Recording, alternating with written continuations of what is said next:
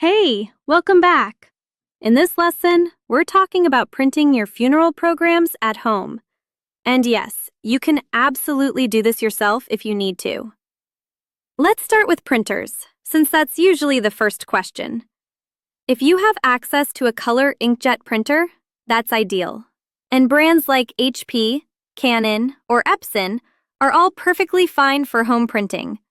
You don't need a commercial machine as long as it handles color well and feeds paper smoothly.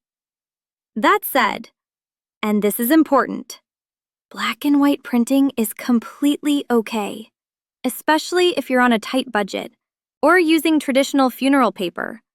A clean black and white program on good paper can look very respectful and classic, and color is nice but not required. Paper matters more than people realize. So if you're printing at home, use something heavier than regular copy paper. Funeral paper, cardstock, or a heavier matte paper works best.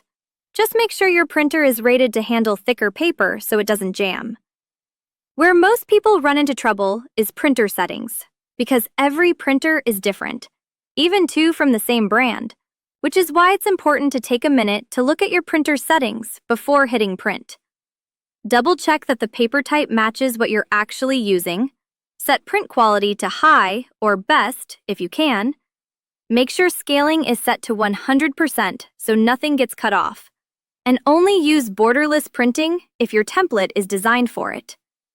If you've never opened your printer properties before, that's okay. Just click into them and get familiar. You don't need to understand everything, only where the quality and paper settings are.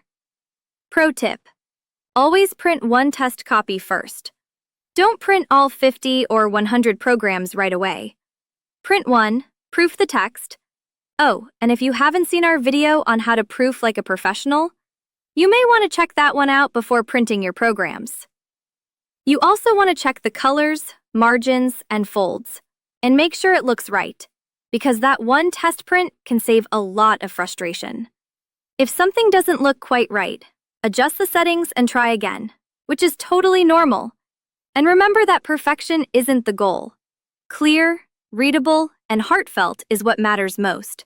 In the next lesson, we'll talk about how to proof like a professional to eliminate common errors, and exactly what to look for when reviewing your program with a fine-tooth comb. So take a breath, go slow, and I'll see you in the next lesson.